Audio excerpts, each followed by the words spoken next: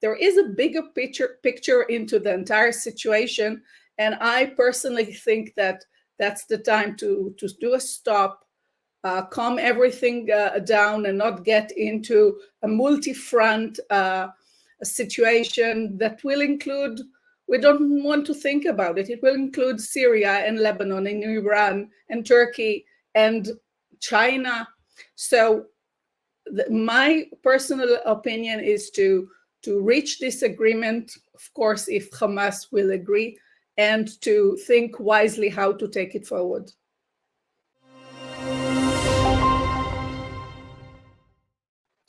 This is StratNews Global. I'm Amitabh. Revi. Today we're discussing the situation that Israel finds itself in and Israel-India relations with Anat Bernstein-Reich. She's the chairperson of the Israel-Asia Chambers of Commerce. She's also the CEO of BDO Israel-India Investment Banking and was a Friend of India Awardee in 2020.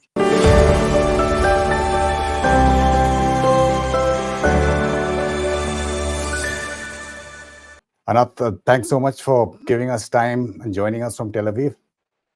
Thanks for having me again, Amitabh. It's always a pleasure. The pleasure is all ours. Just wanted to talk about latest developments. I mean, there are hopes for some kind of a deal, ceasefire deal plus hostage release deal. There are talks going on in Qatar with I think the Mossad chief is there. Prime Minister Netanyahu has spoken to President Biden about a so-called revised Hamas proposal, which details are not really publicly known. But I just wanted to get your perspective as an Israeli citizen.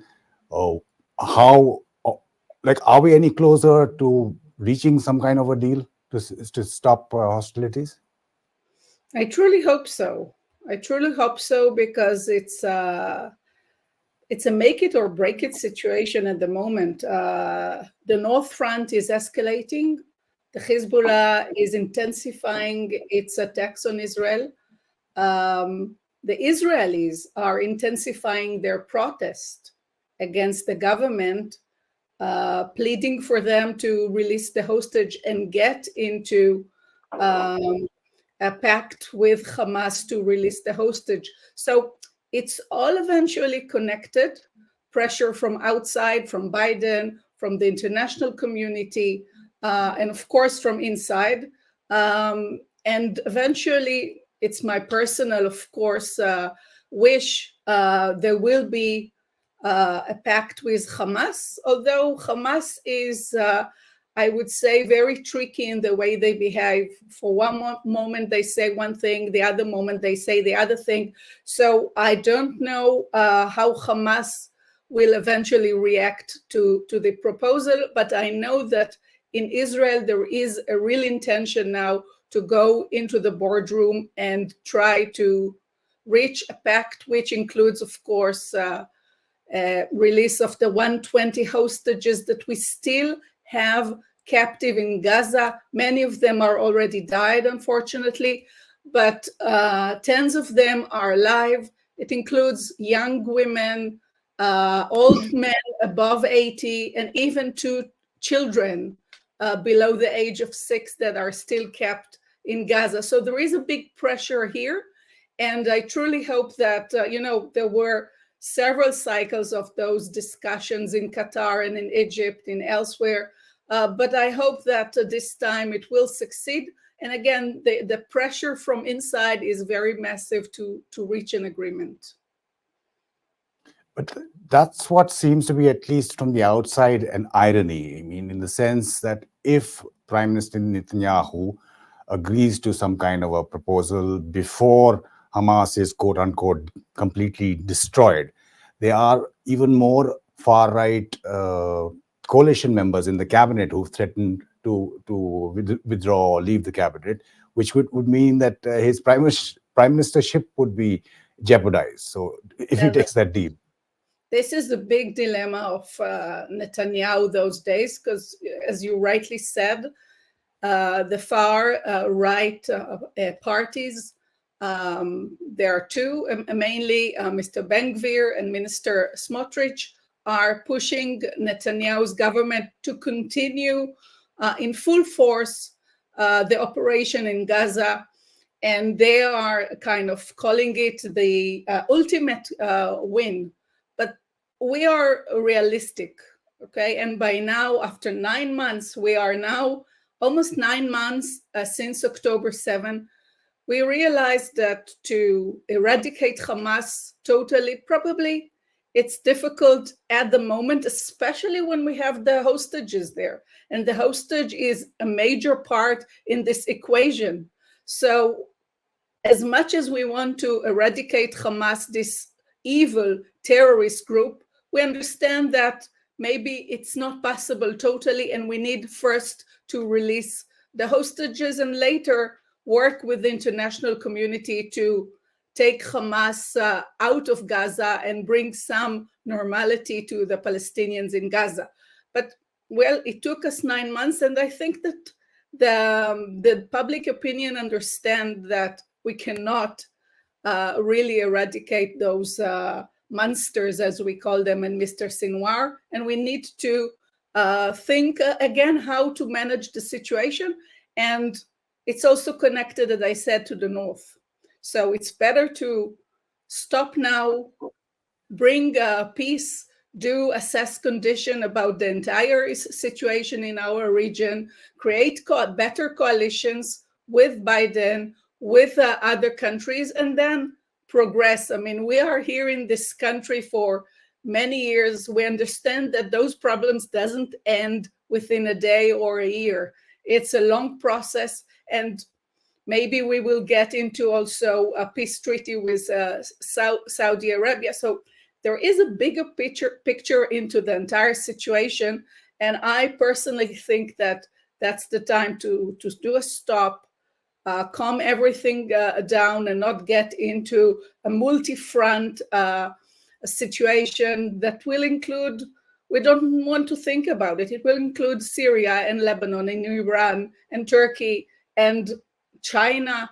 So my personal opinion is to reach this agreement, of course, if Hamas will agree, and to think wisely how to take it forward. Multi-front you've been mentioning, you mentioned the north twice already that we've spoken. What is the situation vis-a-vis Lebanon and Hezbollah? So Lebanon is a country, a sovereign country, but it was taken hostage by another terrorist organization called Hezbollah, headed by Mr. Nasrallah. And they have took over the south of Lebanon, created bases of militants in south of Lebanon, and from there, they're attacking only on a daily basis the north of Israel. There are few cities that were evacuated because the artillery that comes from Lebanon, from Hezbollah, is unbearable.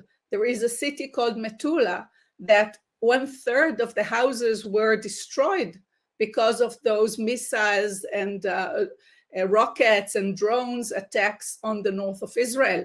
So maybe people don't hear about it, and everyone looks at Gaza and Palestinians, but the story at the moment is actually the north of Israel. 100,000 people fled their homes because of this situation, and Hezbollah continues to attack. Now, Hezbollah is supporting their friends in Gaza, of course. Both of them are actually reporting to Iran that sponsors them. And the people of the north suffering, the agriculture is suffering because a lot of the agriculture of Israel is based in the north of Israel. And again, we talk about Sinwar and the hostages, but also we have a challenge in the north. So if we club them together, it means that we need to stop the operation in Gaza.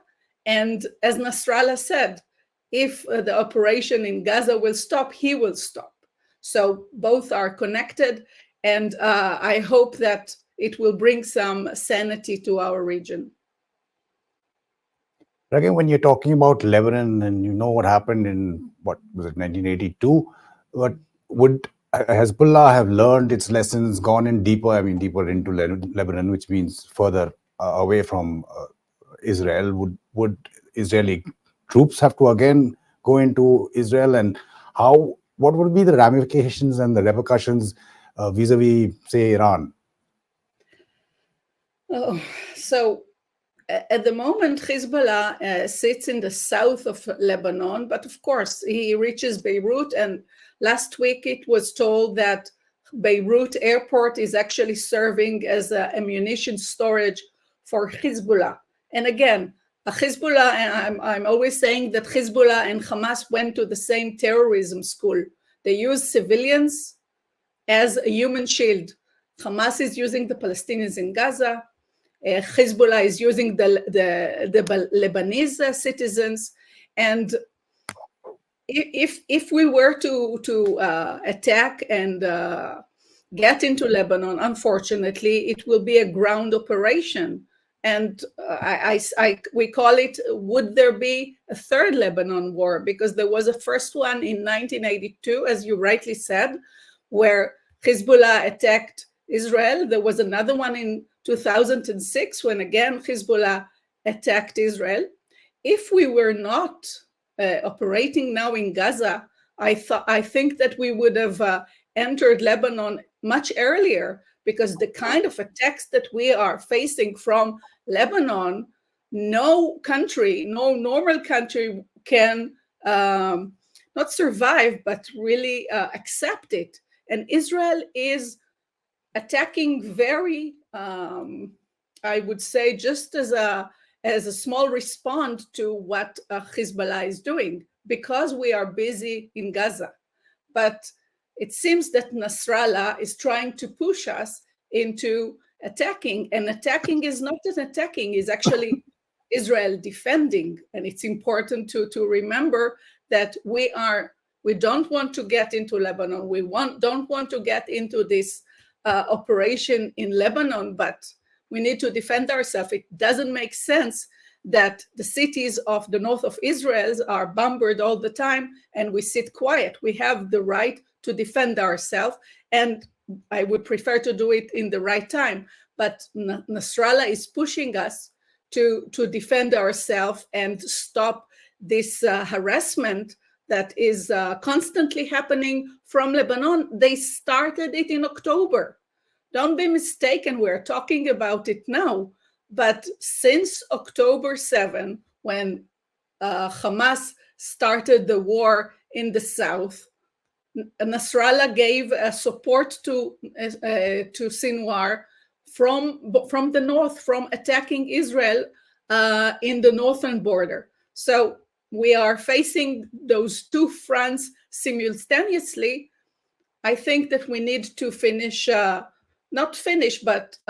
get into a pact with Gaza and the Palestinians and Hamas in Gaza. And I hope that we will not need to go into Lebanon. This is really the last thing that we want. Of course, Israel can manage multi-fronts. We've been in this in the past. We were attacked in the past. They don't like us to be here in this region, but let me tell them we are here to stay. This is our country. This is our life. We don't have anywhere to go. This is the only Jewish country in the world. So as Golda Meir, our prime minister, this is our secret sauce. This is our secret weapon. We don't have other option. So we will fight, whether it will be Lebanon or Syria or Iran or Hamas or whomever attacks us. And I'm happy to have friends like India, like US, like Germany, like Europe, that understand the situation that we are in and support us in many ways, of course. Just picking up from that last point, India-Israel relations have improved by leaps and bounds since diplomatic ties were first established. But how does Israel view, for example, India's position or support for a two-nation solution? So the two-nation solution, and again, that's my personal view, is not a bad thing, okay? Eventually, I'm not saying that it will be next year or in 2 years. But eventually, the Palestinians need to have their government, their nation. I don't have an issue with that. The point is that in the past, whether it's Oslo Accords or other peace treaties, we agreed that Palestinians will have their own country. You show Abu Mazen in the background. Abu Mazen in the West Bank has its own administration. Hamas, since 2007 in Gaza, is managing their own administration. So it's not that it wasn't discussed in the past. The point is, if they have a nation, let there be a nation that seeks peace with us, not a nation that just takes all the resources and the international support and translate it into hatred and ammunition. That's what we are against. But personally, I'm not against Palestinians, and I have no issue that India says there should be a two-state solution.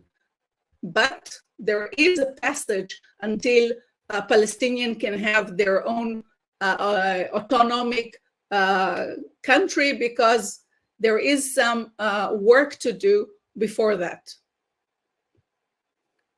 And there's some reports in India, at least, suggesting that there has been some kind of ammunition or not weaponry, but weapons of some sort that have reverse supplied. India has reverse supplied. I mean, India has a lot of Israeli weaponry here. But is there any buzz about that in Israel, about India sending munitions? I read the same stories that you read. The defense relations between Israel and India is one of the major sector where Israel is doing a lot of R&D and then do manufacturing in India for India and for other purposes. So it just makes sense that in time of need, India will support us, like Israel supported India in Kargil war and in many other operations where we supported India with ammunition, with the good relations between Netanyahu and Modi. And it's beyond Netanyahu with Modi. It goes down to the streets. We feel the support of India. We're happy about the relations. And I'm happy that in time of need, India stands to our side and help us with whatever we need and they can provide. One of your specialities, of course, is business and economics and investment. So how is India-Israel relations on that front progressing so far? So I see a lot of progress in the sense that, especially since COVID and now in the war, many Israeli companies are stepping out of their China manufacturing and are looking for alternatives.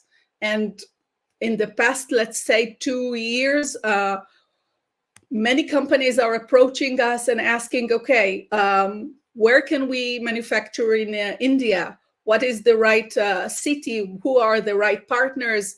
And with the semiconductor growing in India, an Israeli company called Tower is now setting a big, hopefully, manufacturing facility in India.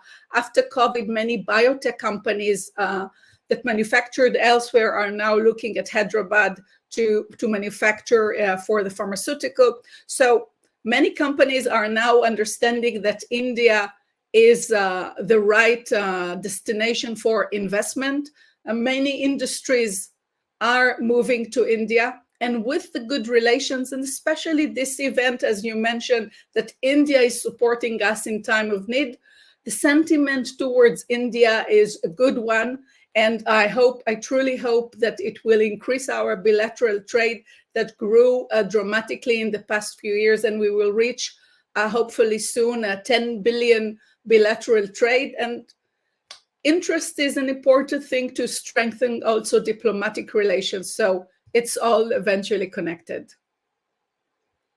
Israel's backer, and the biggest backer, of course, is the US, and they are already entered presidential election mode.